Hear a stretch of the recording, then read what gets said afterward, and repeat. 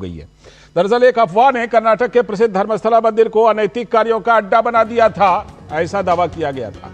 मंदिर के एक पूर्व सफाई कर्मी ने आरोप लगाया था कि 1998 से 2014 तक बड़े पैमाने पर महिलाओं और नाबालिगों के शव को जलाने और दफनाने के सबूत मंदिर के नजदीक जंगल से मिले हैं। इन शवों पर चोट के निशान भी हैं। तो कर्नाटक सरकार एक्शन में आ गई। पहले पुलिस ने जांच शुरू की, लेकिन कोर्ट के आदेश के बाद एसआईटी बनाकर हत्या और बलात्कार जैसे अपराधों की जांच शुरू की गई। लेकिन मुखबिर की गिरफ्तारी के बाद यह साबित हो गया कि ये सारे आरोप मंदिर के खिलाफ एक बड़ी साजिश थी। एसआईटी ने कर्नाटक के कोर्ट को बताया है कि धर्मस्थला सामूहिक दफन मामले में आरोप एक साजिश के तहत गढ़े गए थे। इस मामले में 6 लोगों को आरोपी बनाया गया है। तो उप मुख्यमंत्री डीके शिवकुमार ने कहा कि सच की जीत हुई।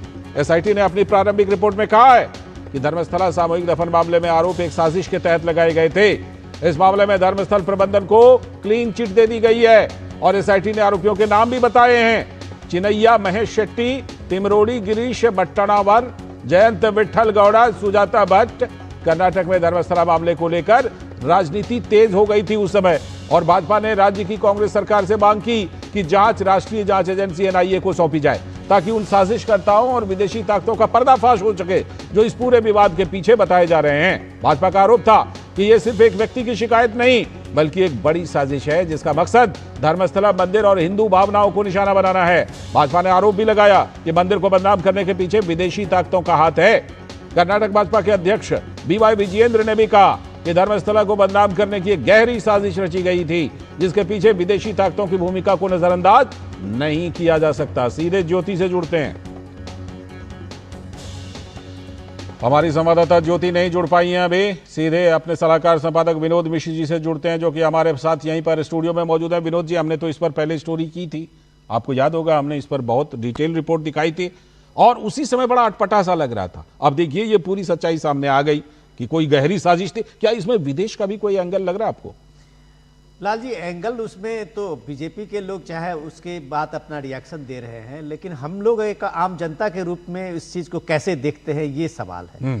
सवाल ये है कि अगर मान लीजिए एक कोई व्हिसल ब्लोअर टाइप का बंदा आता है और वो कहता है कि धर्मस्थला का जो ये मंदिर है उसके प्रांगण में लाशों के ढेर पड़े हैं और उसमें कई ऐसे नाबालिग बच्चे और कई ऐसे लोग हैं, महिलाएं हैं जिनके यहाँ पे सब गड़े हुए पड़े हैं, तो क्या सरकार आनन फानन में वहां पुलिस कार्रवाई शुरू कर देगी या वो शिकायतकर्ता कौन है उसको भी आइडेंटिफाई करेगी कि ये शिकायतकर्ता का अपना लोकस स्टैंडिंग क्या है?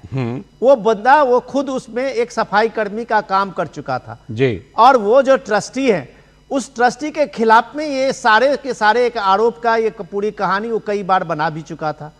सरकार ने जब इस पे एक पुलिस एक्शन शुरू की तब जाके ये केस लगा कि सरकार इसको चाह रही है, सिद्धारमैया सरकार, कि ये धर्मस्थला मामले में इस तरह की बातें को तूल पकड़े। तो वहां बीजेपी और वहां जो सामाजिक संगठन के लोगों थे उन्होंने कोर्ट में इसके लिए अपील की। कोर्ट ने एसआईटी बनाया, उसमें सरकार के ही पुलिस की एजेंसी कर्नाटक पुलिस ही थी जी। अब एसआईटी ने जो सबसे पहले उसको पकड़ा जो शिकायत करता थे जिसको आप नकाब पोस्ट में देख रहे हैं, तो सारे पर्दा उठ गए कि कैसे ये लोगों ने एक पूरा एक थिएट्रिकल एक कंस्पिरेसी का ये बनाया था। बिल्कुल वो लोग कहीं बाहर से हड्डी उठा के वो मंदिर के अहाते के सामने में जो जंगल है उसमें लगा के और ये साबित करना चाह रहे थे कि ये मंदिर के परिसर में इस तरह की चीजें पिछले 10-15 साल से हो रहा है। हमारी संवाददाता ज्योति भी जुड़ गई हैं विनोद जी, तो उनसे भी जरा जुड़ लेते हैं। ज्योति, ये पूरे मामले का खुलासा हुआ कैसे? और बीजेपी तो कह रही है कि अब एनआईए को भी लाइए ताकि कम से कम विदेशों से भी अगर साजिश विदेशी इसमें शामिल है तो उसको भी बिल्कुल बेनकाब करें।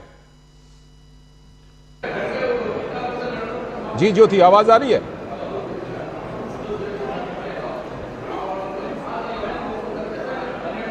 ज्योति आवाज आ रही है आपके? लगता है ज्योति तक हमारी आवाज अभी जा नहीं रही है, ज्योति तक हमारी आवाज नहीं पहुंच रही है। लेकिन इस पूरे मामले में जाहिर सी बात है कि अभी जो आप चेहरे पर नकाब देख रहे थे ना, वो दरअसल उतर चुका है। नकाब तो पहले था, नकाब उस साजिशकर्ता के चेहरे पर पहले था, अभी तो ये नकली नकाब है।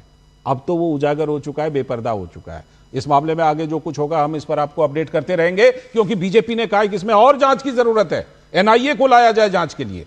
तो आगे हम आपको अपडेट करते रहेंगे। फिलहाल आज के इस वक्त में इतना ही। पूरी टीम को दीजिए अनुमति। नमस्कार।